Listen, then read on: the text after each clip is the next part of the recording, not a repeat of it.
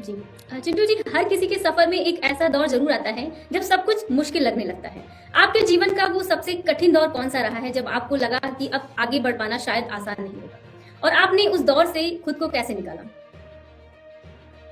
मुझे लगता है कि अब तक ऐसा कोई दौर मैंने देखा नहीं है। अगर इस हिसाब से अगर मैं कंपेयर करूँ तो फिलहाल का जो दौर है, मुझे लगता है कि जो अ, कोविड के बाद से, कोरोना जब जी, से आया उसके बाद से जो जो समय जो रहा और जो समीकरण जो बना सिनेमा के लिए खासतौर पर, ये थोड़ा-सा कठिन रहा है। कठिन इसलिए रहा है और ये सिर्फ़ हमारे भोजपुरी इंडस्ट्री के लिए नहीं, ये हर इंडस्ट्री के लिए बहुत कठिन है आज के जी, वक़्त में।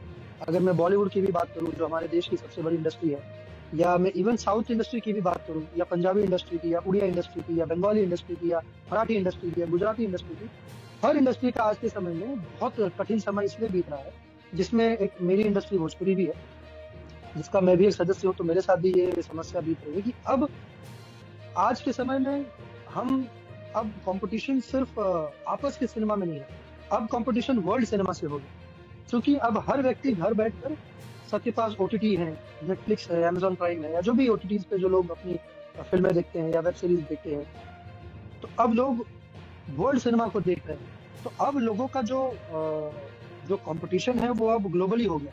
अब वो चैलेंजर्स वर्ल्ड वाइड हो गए। अब आपको दुनिया से कम्पीट करना है, हर भाषा से आपको कम्पीट करना है। और दूसरी बात कि हमारे भोजपुरी के लिए अभी फ़िलहाल जो सोचने की जो बात हम सभी के लिए है और जो सभी कलाकार इस वक़्त सोच भी रहे हैं, सभी कलाकार कोई हल भी निकालने का उपाय ढूँढ रहे हैं। देखिए भोजपुरी को जो बहुत मिसकंसेप्शन रहा है सबसे ज़्यादा, लोगों ने म्यूज़िक वीडियो को और भोजपुरी इंडस्ट्री को एक बनाया। जी, बिल्कुल। जबकि म्यूजिक वीडियो अलग है, एल्बम के जो गाने जो यूट्यूब पर रिलीज होते हैं, वो भोजपुरी इंडस्ट्री से संबंधित बिल्कुल नहीं है। भोजपुरी इंडस्ट्री यानी कि सिनेमा इंडस्ट्री, जो सिनेमा से वाकिफ रखता है। म्यूजिक वीडियोस का नजरिया, म्यूजिक वीडियोस के तरीके बहुत अलग हैं।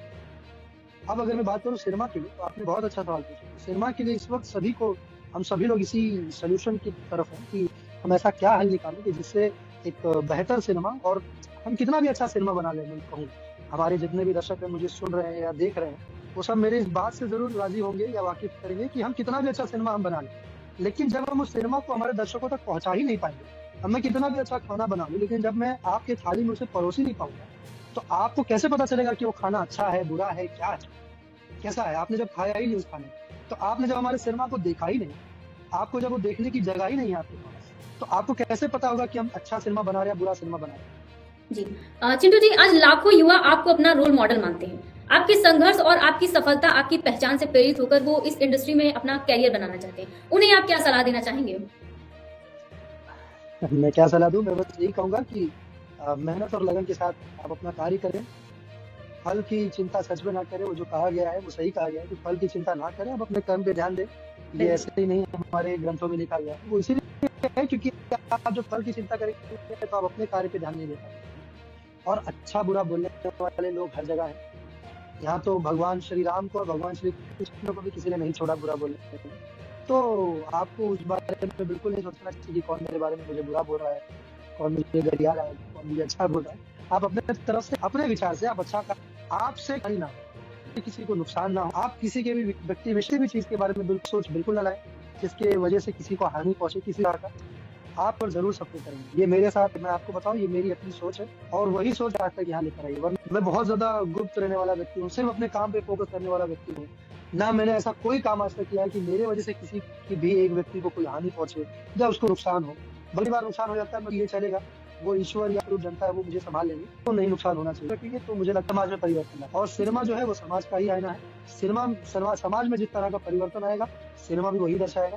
तो आप लोग अपने दिमाग को हमेशा पॉजिटिव रखें, पॉजिटिवली आगे बढ़े और कॉन्फिडेंस, बस अगर आप में कॉन्फिडेंस है कि मैं कर लूंगा, तो आप 200% आप कर लेंगे। बहुत बहुत आने धन्यवाद। वाली जो फ़िल्म है, आप हमारे दर्शकों से उस फ़िल्म के बारे में बता सकते हैं? बहुत बहुत शुक्रिया, और तेजस भारत देख रहे सभी दर्शकों को चिंटू की तरफ से बहुत बहुत ढेर सारा प्यार है।